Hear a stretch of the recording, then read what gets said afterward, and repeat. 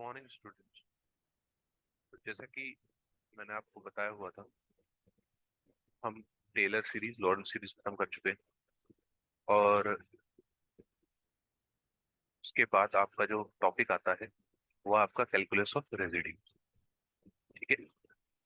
Calculus of residue में आप integration निकालते हैं, कॉम्प्लेक्स इंटीग्रेशन। उसमें के अंदर जो आपका पहला टॉपिक है वो आपका जीरोस ऑफ एनालिटिक फंक्शन। ठीक है। जीरोस ऑफ एनालिटिक फंक्शन का मतलब क्या होता है? जीरो ऑफ एनालिटिक फंक्शन का मतलब क्या होता है? कोई एक फंक्शन है आपके पास एफ जेड। ठीक है। मान लीजिए कुछ भी है, जेड स्क्वायर माइनस 3z+6 है। अब z की क्या वैल्यू रखूं कि ये फंक्शन जीरो हो जाए? मान लो z की z0 वैल्यू पे ये फंक्शन जीरो हो जाता है। ठीक है। एफ जेड, जब z0 रखता हूं तो जीरो हो जाता है। तो क्या होगा? z is equal to z0 will be the zero of this analytic function.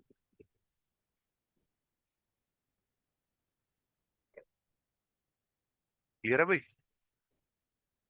ठीक है। तो जीरो ऑफ एनालिटिक फंक्शन समझ में आ गया। z की किस वैल्यू पे कोई एनालिटिक फंक्शन जीरो हो जाता है, वो उसका zero of analytic function. Clear है? नेक्स्ट देखो। नेक्स्ट आपका आता है सिंगुलैरिटी और सिंगुलर पॉइंट। ठीक है। सिंगुलर पॉइंट का मतलब क्या होता है? सिंगुलर पॉइंट का मतलब होता है z की जिस वैल्यू पे कोई फंक्शन एनालिटिक नहीं रहता। ठीक है। मान लो कोई एक फंक्शन है f z is equal to 1/z² minus 2z, ये है। तो ये फंक्शन कहाँ कहाँ नॉट डिफाइंड हो रहा है, एनालिटिक कहाँ नहीं रह रहा? एक तो z इज इक्वल टू 0 पे नहीं है। ठीक है। और क्या सकता है? z कॉमन लेंगे तो z-2। तो z इज इक्वल टू 2 पे भी है एनालिटिक। तो ये जो फंक्शन है, ये जो वैल्यूज है ना, 0 और 2, ये सिंगुलर पॉइंट कहलाएंगे या सिंगुलैरिटी ऑफ द फंक्शन कहलाएंगे। मतलब ठीक है। तो ये जो है z इज इक्वल टू 2 और z इज इक्वल टू 0, ये दोनों एनालिटिक फंक्शन नहीं कहलाएंगे। क्यों? क्योंकि अगर डिनोमिनेटर में मैं 0 रख देता हूँ तो ये फंक्शन नॉट डिफाइंड हो जाएगा, और अगर फंक्शन नॉट डिफाइंड है तो वो एनालिटिक नहीं। तो समझ में आ गया? जीरोस ऑफ एनालिटिक फंक्शन का मतलब है कि z की किस वैल्यू पे वो फंक्शन जीरो हो जा रहा है, और सिंगुलैरिटी या सिंगुलर पॉइंट का मतलब ये है कि z की किस वैल्यू पे वो फंक्शन नॉट डिफाइंड हो जा रहा है, मतलब एनालिटिक नहीं रह रहा है। क्लियर है? तो सिंगुलैरिटी भी दो तीन टाइप की होती है। पहला आपका होता है आइसोलेटेड सिंगुलर पॉइंट या आइसोलेटेड सिंगुलैरिटी। इसका मतलब ये होता है कोई एक फंक्शन एफ जेड है। ठीक है। और मान लेते हैं कि वो z इज इक्वल टू ए पे एनालिटिक नहीं, और इसके अलावा z इज इक्वल टू ए के अलावा और कोई भी सिंगुलैरिटी एग्जिस्ट नहीं करती है। ठीक है। तो z is equal to a isolated singular point कहना है। क्लियर है? मतलब उसकी ना कोई एक पर्टिकुलर सिंगुलैरिटी एग्जिस्ट करती है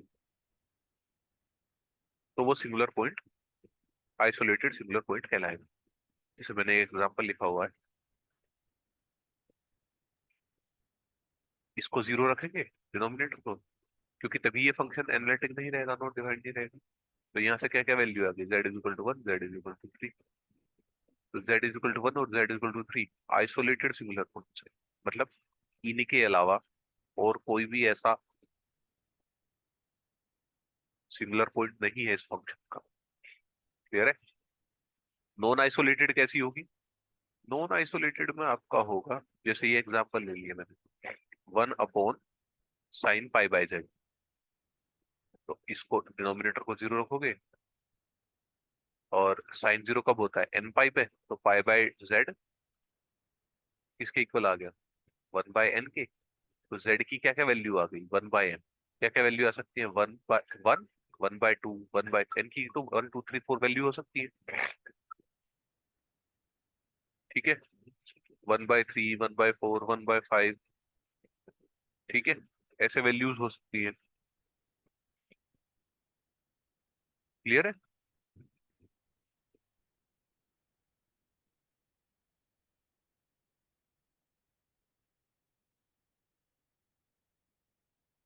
तो z की वैल्यूज हो गई 1/2, 1/3, 1/4। देखो कितनी सारी वैल्यूज आ गई, और ये बढ़ती रहेंगी। ठीक है, तो ये जो है आपका z = 1/n, ये non isolated singular point. Clear है। वो पूछते हैं नेट गेट में ना, कोई तुमको फंक्शन दे देंगे, और वो पूछेंगे कि इस फंक्शन की जो सिंगुलैरिटी है वो आइसोलेटेड सिंगुलर पॉइंट है, या आइसोलेटेड सिंगुलैरिटी है, या नॉन आइसोलेटेड सिंगुलैरिटी। क्लियर है।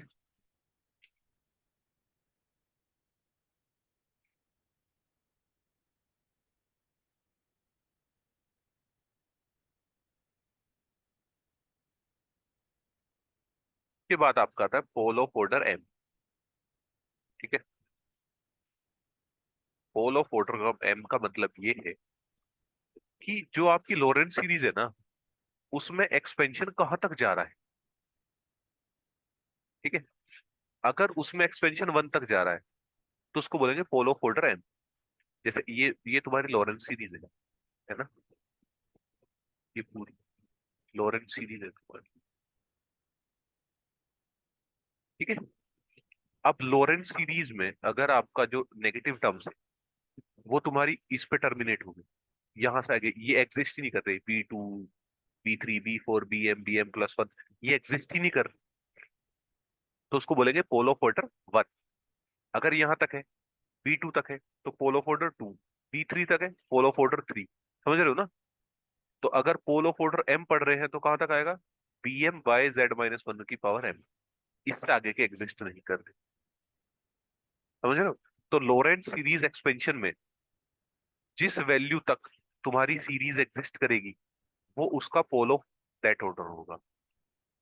जैसे यहाँ पे अगर m की बात कर रहे हैं तो यहाँ तक आएगा, इससे आगे के ये एग्जिस्ट नहीं करेंगे। तो देखो लिखा हुआ है Bm+1, Bm+2, Bm+3, Bm+4 0 है। तो पोल ऑफ ऑर्डर m। अगर पोल ऑफ ऑर्डर 2 होता तो B2 के बाद के सारे जीरो हो जाते, पोल ऑफ ऑर्डर 1 होता तो B1 के बाद के सारे जीरो हो जाते। समझ रहे हो।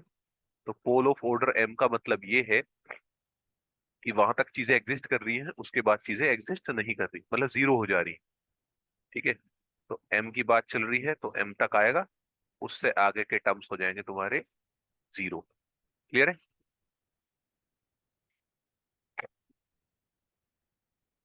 तो then z = a said to be the pole of order m। तो m अगर 1 रहा, जो अभी बताया था तुमको, तो सिंपल पोल है। 2 रहा, पोल ऑफ ऑर्डर 2। 3 रहा तो पोल ऑफ ऑर्डर 3। क्लियर है। अगर देखो इस इक्वेशन में आ, अगर ये टर्म जो है ना कहीं भी एंड ही नहीं कर रही, ठीक है, इनफाइनाइट तक चली जा रही है लॉरेंट सीरीज में, मतलब ये तो मैंने बता दिया कि यहाँ पे टर्मिनेट हो गई, यहाँ पे टर्मिनेट हो गई, यहाँ पे टर्मिनेट हो गई। अगर टर्मिनेट हो ही नहीं रही है लॉरेंट सीरीज किसी एक उसमें, जैसे e की पावर x थी ना, और इसको तुम एक्सपेंड करो, मतलब किसी भी पॉइंट के अराउंड एक्सपेंड करो, या साइन x हो गया। ठीक है, तो इसको अगर ए पॉइंट के अराउंड एक्सपेंड करोगे, ई पावर जेड ले लो, कॉम्प्लेक्स नंबर है तो z। अगर इनको एक्सपेंड करोगे ना तो नेगेटिव टर्म इनफाइनाइट तक आएगी, जीरो का पावर अगर एक्सपेंड करोगे। तो उस केस में z = 0 जो है ना आपका, वो असेंशियल सिंगुलर पॉइंट हो जाएगा। मतलब नेगेटिव टर्म्स जो है ना वो इनफाइनाइट तक जा रही है। नेगेटिव टर्म्स कौन सी, ये वाली लोअर सीरीज, ये रुक ही नहीं रही है, इनफाइनाइट तक जा रही है। तो उस पॉइंट पे आपका वो जो, जैसे इस केस में z is equal to 0 will be the essential singular point. Okay, ठीक है। अब इस पे रिलेटेड ना दो चार क्वेश्चन देख लेते हैं। ठीक है,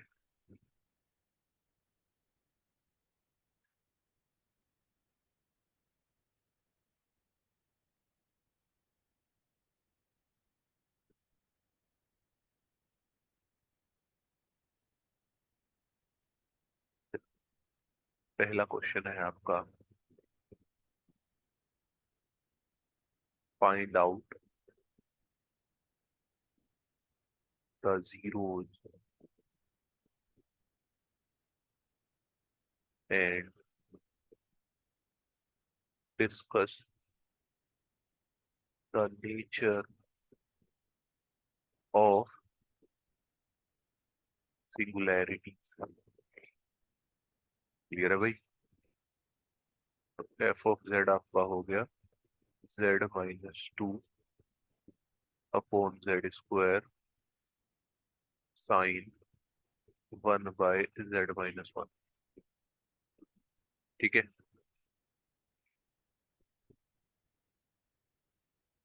तो इसके पोल निकालोगे, पोल बोल दो या जीरो बोल दो, एक ही बात है। ठीक है,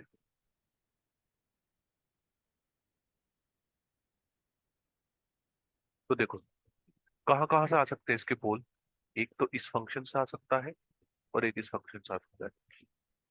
ये फंक्शन नॉट डिफाइंड कब होगा? जेड स्क्वायर को जीरो रखोगे तो ये फंक्शन नॉट डिफाइंड हो जाएगा। ठीक है, तो ये कौन सा हो गया? देखो जेड स्क्वायर आ रहा है ना, इसको बोलेंगे पोल ऑफ ऑर्डर टू। जो जेड की पावर होगी ना उतना ऑर्डर, तो यहाँ से जेड की वैल्यू जीरो आ गई, तो z is equal to zero will be pole of order. ठीक है, पोल ऑफ ऑर्डर टू है। और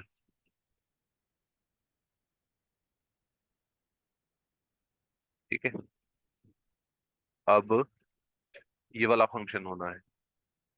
तो इस केस में देखो ये जो बचा हुआ है z-2 इंटू साइन z-1, तो या तो ये जीरो हो जाए या ये जीरो हो जाए, मतलब ये वाला हटा।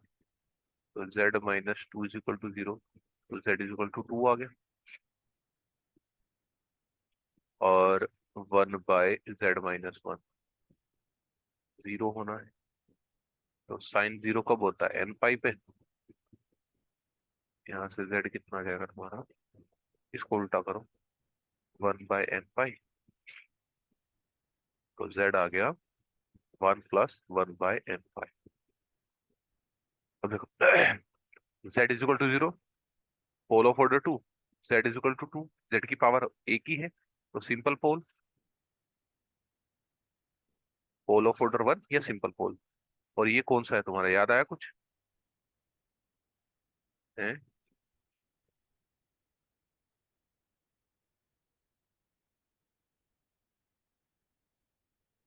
ये आइसोलेटेड है नॉन आइसोलेटेड है?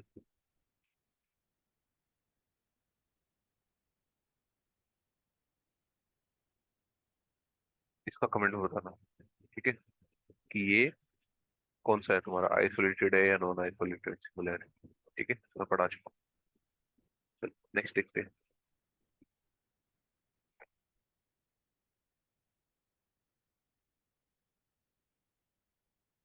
नेक्स्ट क्वेश्चन है तुम्हारा,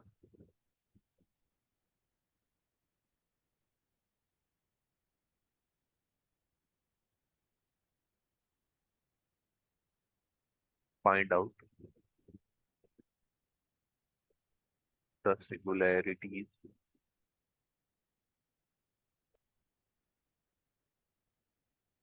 ऑफ द फंक्शन। पहला फंक्शन है साइन 1/z, दूसरा फंक्शन है e⁻1 by z upon z square. ठीक है,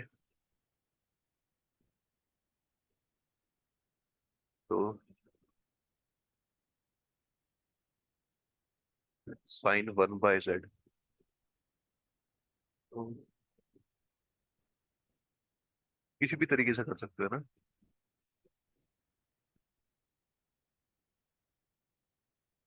देखो, ये फंक्शन नॉट डिफाइंड कब हो जाएगा? अगर z को 0 रख दूं तो फंक्शन नॉट डिफाइंड हो जाएगा।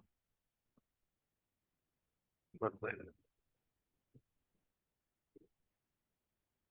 ये फंक्शन इन्फिनिटी, मतलब second,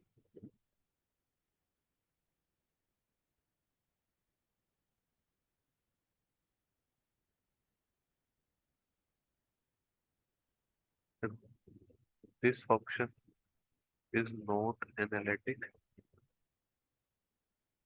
eight z is equal to 0। अगर z को 0 रखो तो साइन इन्फिनिटी नॉट डिफाइंड हो जाएगा। ठीक है, तो इसकी सिंगुलरिटी कहाँ गई? z इज इक्वल टू 0 पे।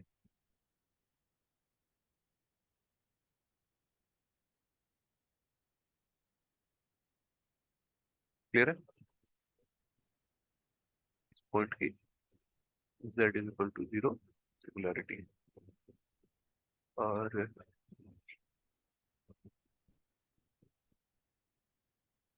सेकंड वाले की देखिए, e की power 1 by z, z square, z square is equal to 0, z is equal to 0, तो z is equal to 0 singularity है पोल ऑफ ऑर्डर 2। यहां से भी आ सकती है, ये भी तो नॉट डिफाइंड हो सकता है ना? तो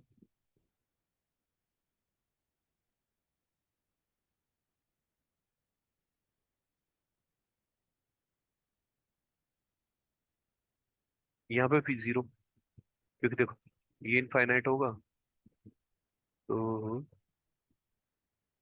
e की पावर 1 बाय z, इन्फिनिटी कब होता है?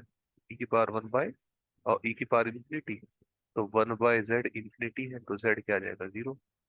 तो दोनों केस से 0 आ रहा है, तो 0 जो है आपका सिंगुलर पॉइंट है। अब देखो, वो जो पहले बता रहा था मैं, e की पावर 1 बाय z, अगर इसको एक्सपेंड करोगे ना 1 बाय z स्क्वायर और e की पावर z को, तो 1 plus 1 by z plus 1 by z square 2 factorial plus z cube 3 factorial, ये चलता जाएगा। तो ये क्या है? आपका इनफाइनाइट सीरीज बन रही है ना, जो कि एंड नहीं हो रही। तो ये आपकी कौन सी हो जाएगी? Essential singularity. पीछे का एक बार ध्यान से देख लेना, वो जो शुरुआत में बताया है ना 3 4 टॉपिक, वो बहुत ध्यान से देखना।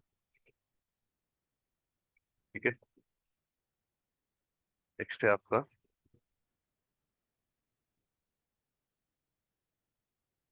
Find the pole of the function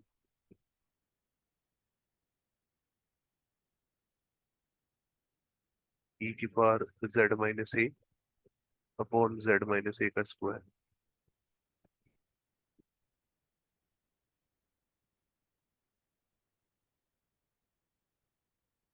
ठीक है,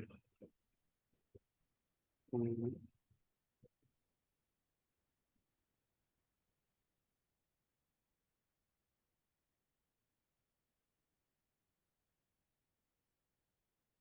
या तो यही से निकाल लो, z इज इक्वल टू 0 रखोगे, z is equal to a pole of order 2। या एक और तरीका है, लॉरेंट सीरीज से बताया था ना, इसको एक्सपेंड करो, तो 1 बाय z माइनस ए का square, 1 plus z minus a plus z minus a का square 2 factorial plus z minus a का क्यूब 3 फैक्टोरियल। ऐसे चला जाएगा, इसको अंदर ले जाओ, 1 by z minus a square plus 1 upon z minus a plus 1 upon 2 factorial plus z minus a by 3 factorial. अब देखो मैक्सिमम नेगेटिव पावर कौन सी है? 2, तो कितने का पोल हो गया? मैंने बताया था नेगेटिव, जो मैक्सिमम नेगेटिव पावर होगी उतना पोल होगा। तो यहाँ पे जो नेगेटिव पावर है वो 2 ही है, उसके अलावा सब या तो 1 आ गई फिर ऊपर चलने लग गई, नेगेटिव पावर है नहीं पॉजिटिव पावर है। तो ऐसे भी निकाल सकते हो पोल of order 2।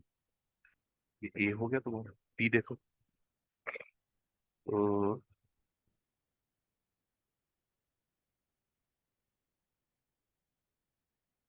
Sign 1 by z minus ए, इसका भी निकालना है। तो देखो इसको भी एक्सपेंड कर लो, 1/x plus 1/x cube by 3 factorial plus, अच्छा प्लस माइनस प्लस चलेगा ना, ये माइनस, ये plus, minus plus, z minus a का 5 5 factorial minus z minus a का 7 7 फैक्टोरियल प्लस, ऐसे चलता जाएगा। तो देखो नेगेटिव टर्म्स इनफाइनाइट तक जारी है, तो क्या हो जाएगा, z is equal to a is essential singularity. तो तीन चार बताइए हैं, तो आइसोलेटेड होगा या नॉन आइसोलेटेड होगा या एसेंशियल होगा या पोल ऑफ ऑर्डर m होगा, इन्हीं में से कोई सा एक होगा। क्लियर है? अब देखो तुम देखना,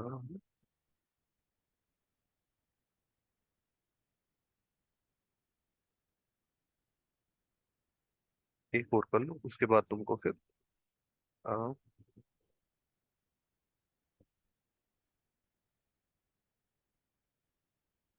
मतलब खुद से करने के लिए देता हूँ ना, कैसे करना। एफ जेड है तुम्हारा sign Z minus a upon z minus ए की पावर 4। इसका बताना है पोल, सिंगुलैरिटी बतानी है या पोल बताने हैं, ठीक है। तो एक्सपेंड करो, 1/z - a की पावर 4, तो x minus x cube by 3 factorial mine plus x की पावर 5/5 फैक्टोरियल माइनस एक्स की पावर 7/7 फैक्टोरियल। अंदर ले जाओ, तो 1/z - a का cube minus 1/z - a 3 factorial अंदर ले गया ना, तो इससे कट जाएगा, इससे कटेगा, plus z - a upon 5 factorial minus z - a³ by 7 factorial. ऐसे ही चलता रहेगा, ठीक है। तो मैक्सिमम पावर कितनी है, 3। तो z is equal to a is pole of order 3। क्लियर है भाई?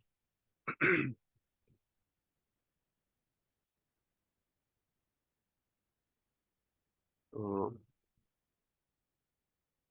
ऐसे ही करने हैं सारे क्वेश्चन, ठीक है। अब मैं तुमको क्वेश्चन दे देता हूँ करने की। Find the pole, find the pole and singularity. A है 1/z - 2 z - 3। क्वेश्चन एक ही है, find the pole and nature of singularity.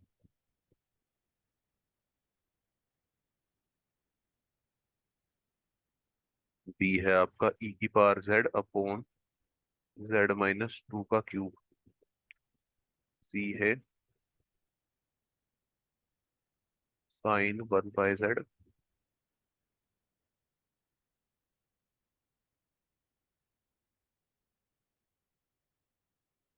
Okay, इसके बाद आपका आता है,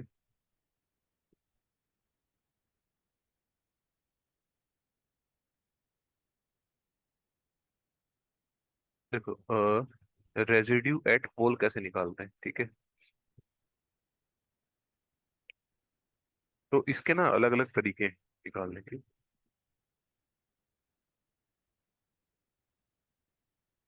अगर सिंपल पोल पे निकालना है रेजिड्यू,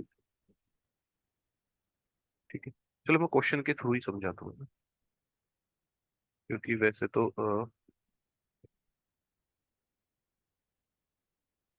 मैं क्वेश्चन के थ्रू ही बताता हूँ, वहीं से आपको आइडिया लगे।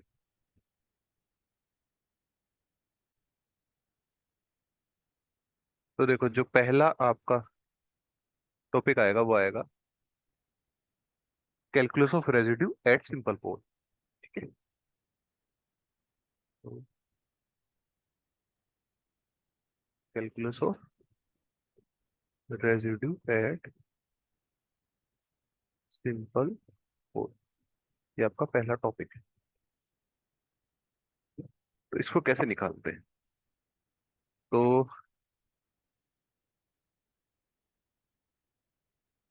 क्वेश्चन आएगा आपके पास,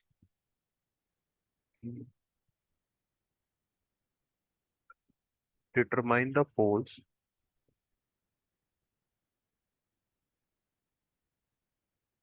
and the residue at simple pole. आपके पास फंक्शन दिया है f z is equal to z square z minus one,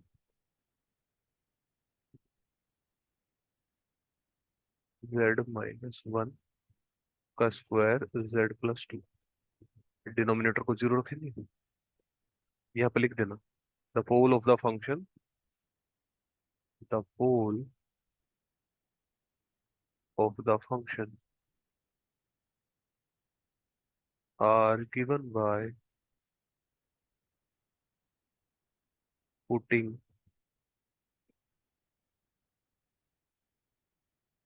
denominator equal to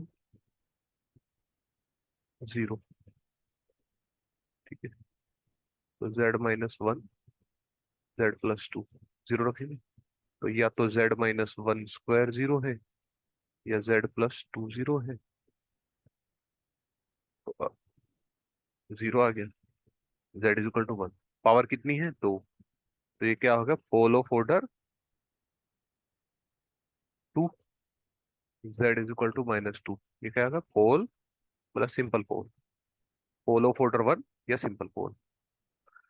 वो क्या कह रहा है रेजिड्यू कहाँ निकालना है, सिंपल पोल पे, तो हमारे मतलब का सिर्फ ये है। ठीक है, तो रखो limit z tends to,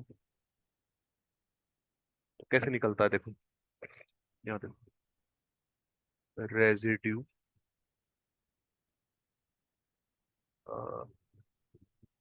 of f z at z is equal to minus two, कैसे निकलेगा, वो निकलता आपका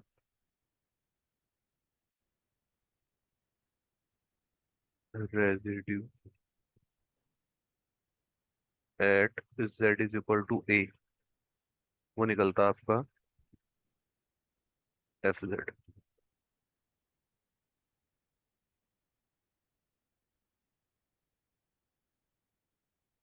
वो होगा is equal to z plus a limit z tends to ए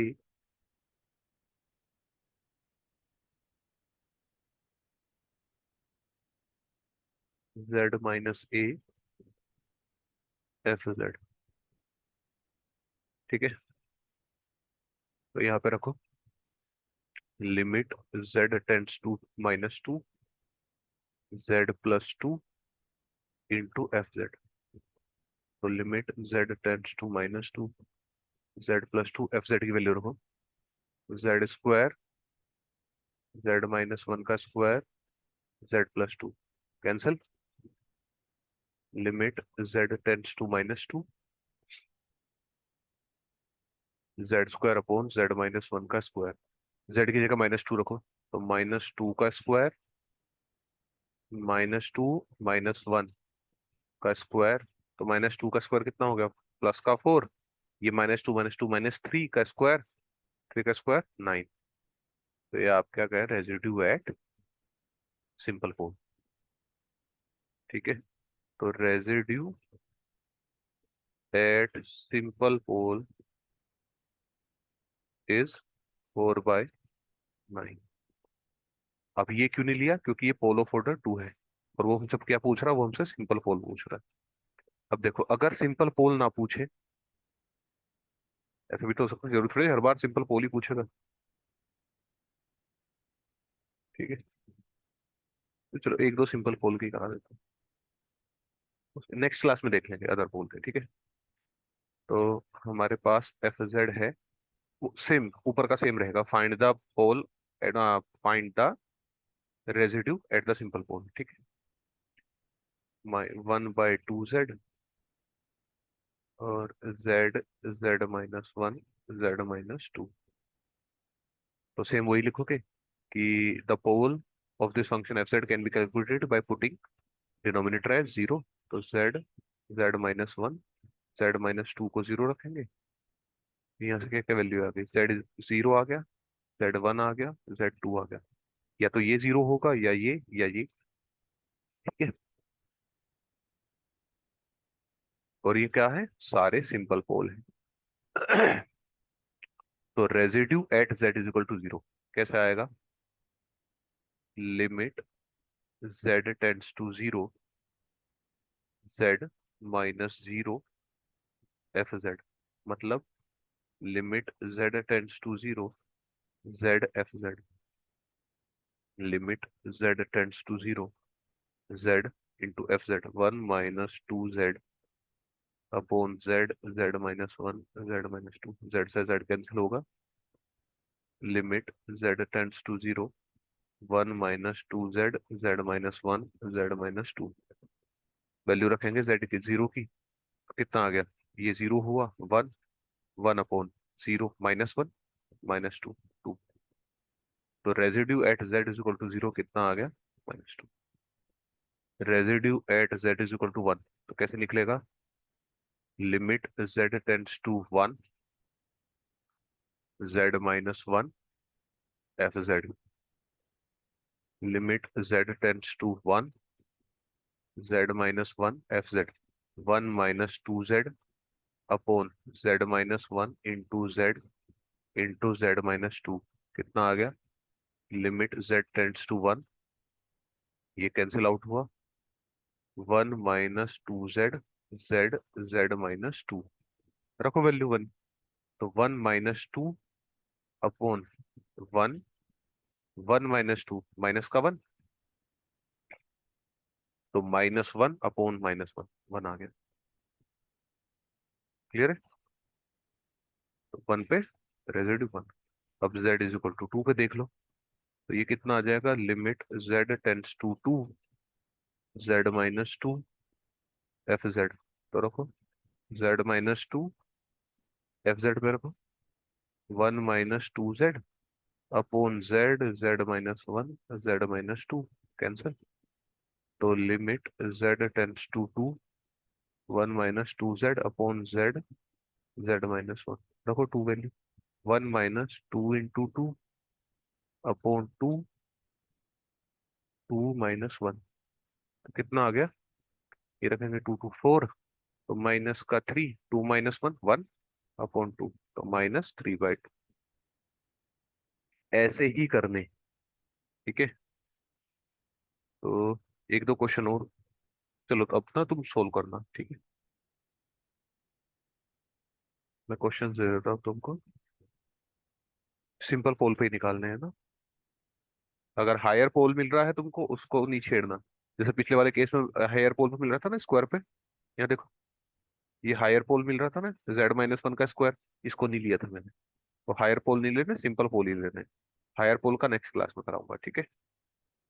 तो z³ अपॉन z-1 की पावर 4, z-2, z-3। क्लियर है, ठीक है भाई। तो इसके पोल निकालना और सिंपल पोल पे रेजिड्यू बताना मुझे, ठीक है। और लिख लो, क्वेश्चन तो कितने भी कर सकते हो ना। z² upon z-1, z-2, z-3। Clear, ठीक है। तो सिंपल पोल में यही तक था, इसके बाद हम पोल ऑफ हायर ऑर्डर करेंगे, ठीक है। Pole of order 2, pole of order 3, ठीक है। तो आज की क्लास को यही एंड करते हैं। नेक्स्ट क्लास में पोल ऑफ हायर ऑर्डर्स देखेंगे और कैलकुलस ऑफ रेसिड्यू को आगे लेके जाएंगे, ठीक है। चलो, थैंक यू।